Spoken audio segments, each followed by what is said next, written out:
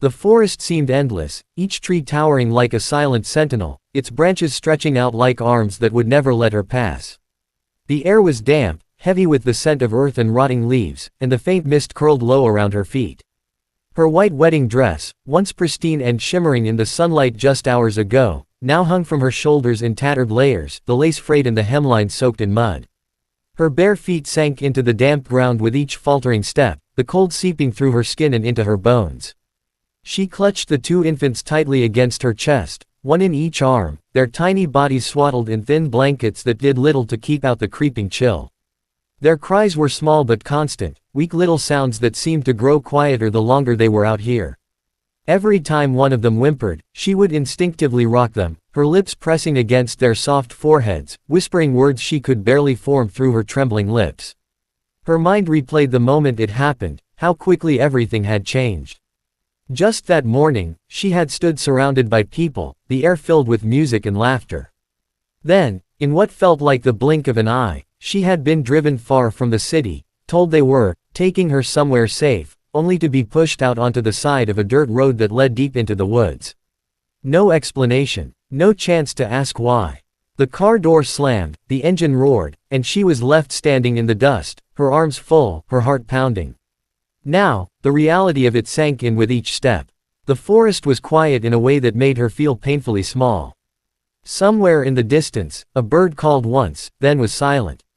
The rustle of leaves behind her made her turn sharply, her breath catching, but nothing was there, just the wind weaving its way through the undergrowth. Her arms ached from the weight of the babies, but she would not loosen her grip for a second.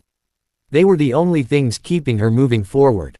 She tried to look for a path, for any sign of a road or a clearing, but everything looked the same: thick trunks, tangled roots, a carpet of wet leaves. The shadows between the trees grew darker as the sun began to slide lower in the sky, and she felt a stab of panic at the thought of being trapped here when night fell. Her heart raced, her breaths coming in short, uneven bursts. She whispered their names softly, as if reminding herself they were real, that they were still here with her. Her own voice sounded strange, small, almost swallowed by the forest. It's okay," she murmured, though the words were more for her than for them. She imagined someone, anyone, finding them, imagined the relief of stepping into the light and knowing the nightmare was over. But the forest kept its secrets, and the only answer she got was the crunch of her own footsteps. Somewhere in the back of her mind, a stubborn flicker of hope refused to die out. She told herself there had to be a way out, that this couldn't be the end of her story. She kept walking, though every step felt heavier, and her legs trembled under her weight. Above her, the branches swayed, letting through brief flashes of pale light. It wasn't much, but it was enough to keep her moving forward, deeper into the unknown, clutching the two fragile lives that depended on her.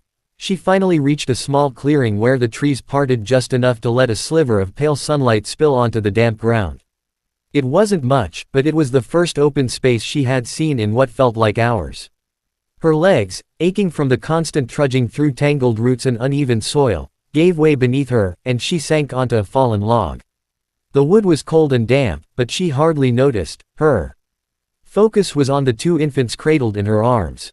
Their faces were flushed from crying, their tiny hands curling and uncurling in restless distress.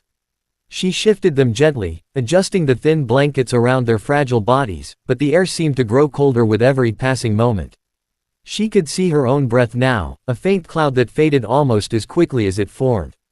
The sound of their whimpering pierced her heart. She had tried humming to them earlier, but her voice kept breaking, the melody faltering like a candle in the wind. Still, she tried again now, soft and low, forcing the notes to form even as her throat tightened with fear. Her eyes darted around the clearing, searching for anything, a road, a house, even the distant outline of a person, but there was nothing. The forest pressed in from all sides, dark and still, like a great, indifferent wall. Every so often, a branch snapped somewhere in the distance, and her heart would jolt, torn between dread and desperate hope. Was it an animal, or someone who might help her? The uncertainty gnawed at her. She brushed the damp hair from her forehead, her fingers trembling as much from exhaustion as from the cold. Her thoughts were a mess, spiraling between the memory of being abandoned and the immediate need to keep moving. But moving meant walking deeper into the unknown, and part of her was terrified she might end up even farther from help. The log felt safe in a strange way, at least it was solid, unmoving, but she knew she couldn't stay here forever. Night was coming, and with it, dangers she didn't want to imagine. One of the babies began to cry louder, the sound thin and strained. She rocked him carefully, murmuring nonsense words, anything to let them know she was still there, that they weren't alone in this vast, uncaring place. She pressed her lips to his tiny head, breathing in the faint, warm scent of him. It grounded her, reminded her that no matter how afraid she was, she had to keep her strength. For them. Her stomach twisted painfully, she couldn't remember the last time she had eaten. Hunger was a dull ache compared to the gnawing panic in her chest, but she knew she would need her strength to keep going. She glanced at the small bag she had been carrying when she was taken, but it was gone. Somewhere in the chaos of being forced out of the car, it must have been left behind. Now she had nothing but what she carried in her arms.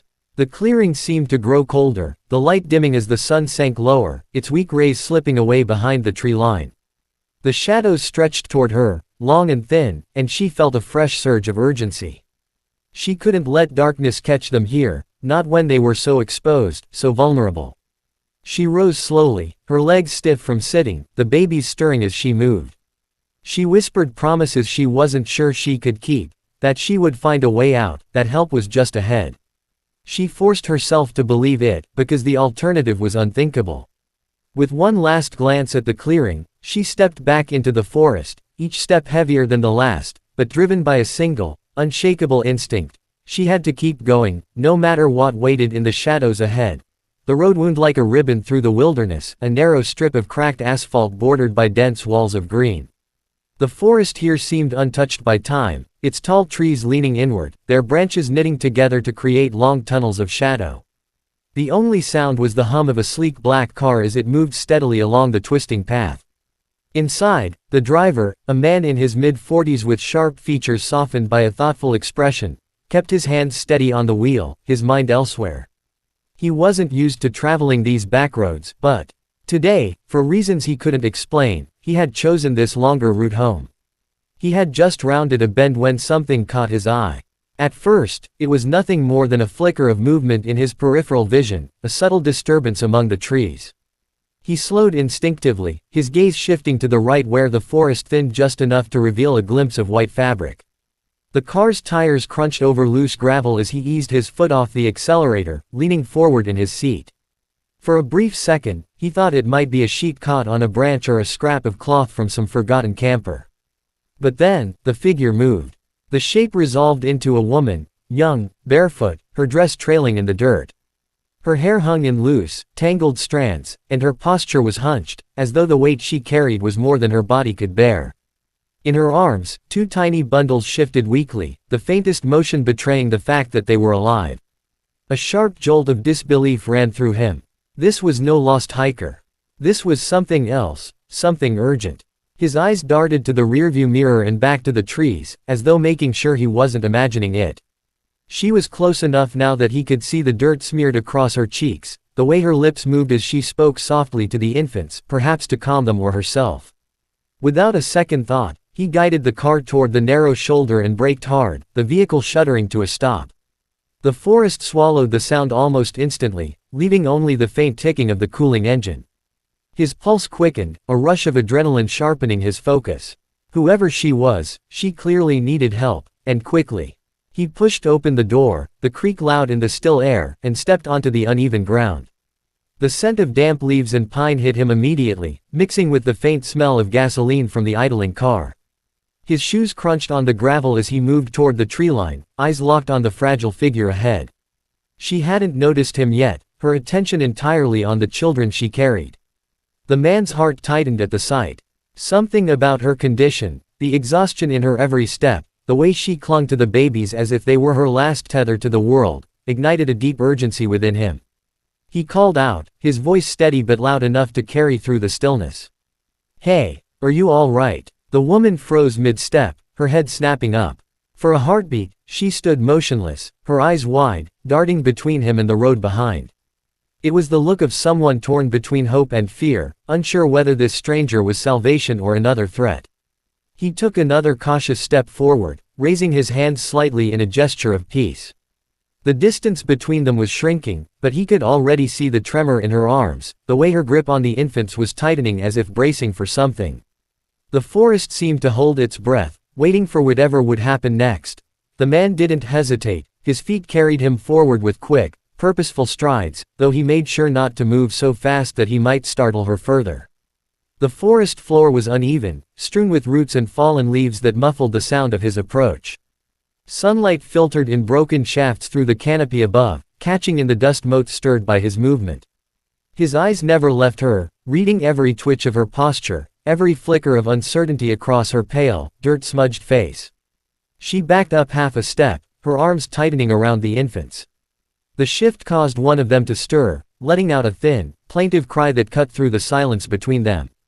Her gaze darted past him to the car parked on the roadside, then back to him, as if weighing her chances of escape should he prove to be a threat. He could almost see the battle waging inside her, instincts urging her to run colliding with exhaustion that left her rooted in place. "I'm not here to hurt you," he said, his voice low, steady, the kind of tone one might use to calm a frightened animal. "I just want to help." He stopped a few feet away, raising both hands in an open-palmed gesture that exposed his empty grip. The air between them felt taut, stretched thin by the raw edge of her fear. For a moment, she didn't respond. Her eyes searched his face, as if trying to decide whether she could trust what she saw there. The man let her look, his expression unguarded, willing her to see sincerity instead of danger. The wind shifted, carrying the faint scent of the road and the forest, rustling the leaves around them like whispers. I can't," she began, but her voice cracked, dissolving into a choked breath. She looked down at the babies, their tiny faces flushed, their cries growing louder. Her body swayed slightly, the strain of holding them for so long evident in the way her knees trembled. He took another step closer, his movements deliberate and slow, as if closing the distance to a wounded bird. "They need warmth. Food. You're freezing," he said gently.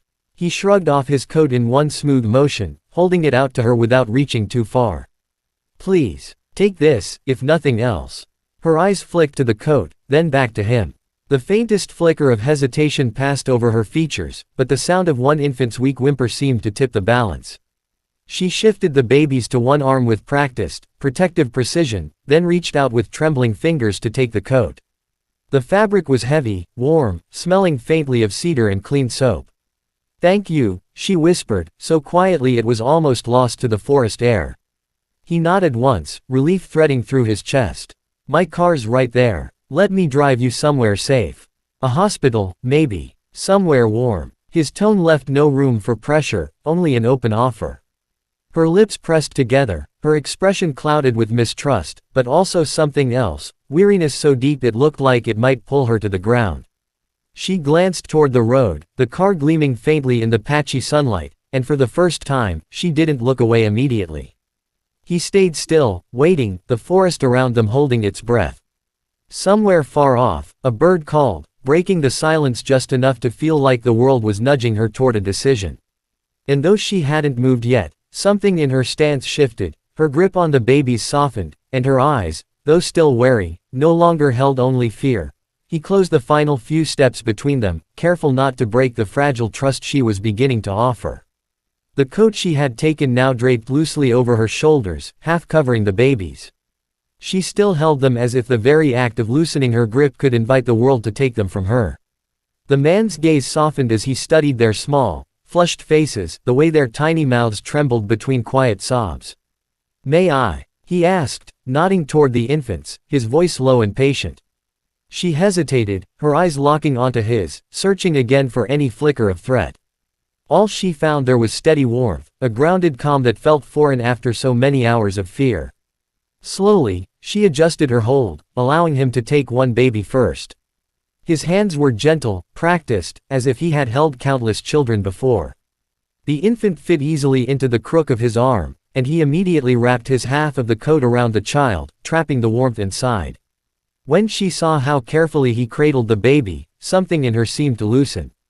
She let him take the second one, though her hands lingered a moment longer than necessary, reluctant to break contact. Now freed of the weight, her shoulders sagged, and she swayed slightly as though her body no longer knew how to stand without that constant burden. "You're safe now," he said quietly, his gaze steady on hers. "I'm going to get you all out of here." The promise was simple, but in that moment it felt like a lifeline. He turned toward the road, adjusting his grip so that each baby was secure in one arm. The woman followed slowly, her bare feet silent against the forest floor.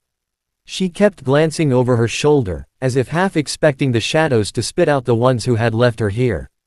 The man noticed but didn't comment, he simply kept walking, making sure his pace matched hers. The car came into view, dark and sleek against the muted greens and browns of the forest edge. It looked impossibly out of place here, like something from another world. He opened the back door with his free hand, then carefully placed the infants inside, settling them into the softness of the leather seats. They stopped crying almost instantly, as if sensing that something had shifted, that the danger had passed. He straightened and turned to her. "Come on. It's warm inside," he said, stepping back to give her room. She hesitated at the edge of the road, the sudden openness of the space making her feel exposed. Her gaze darted to the horizon, to the winding strip of asphalt leading out of the forest, and then back to the man who stood waiting. Finally, she crossed the last few steps and climbed into the passenger seat. The door shut with a solid thud, sealing them away from the damp chill of the forest. Inside, the air was warmer, the faint hum of the engine wrapping around them like a blanket. She leaned back, her eyes closing for just a moment, as if allowing herself to believe the worst was over. The man glanced at her as he slid into the driver's seat, his hands steady on the wheel. He didn't press her for answers, didn't demand to know how she had ended up here. There would be time for that later. For now, all that mattered was the road ahead and the fragile lives he had just promised to protect. The forest fell away behind them, swallowed by distance, and for the first time that day, the air seemed easier to breathe.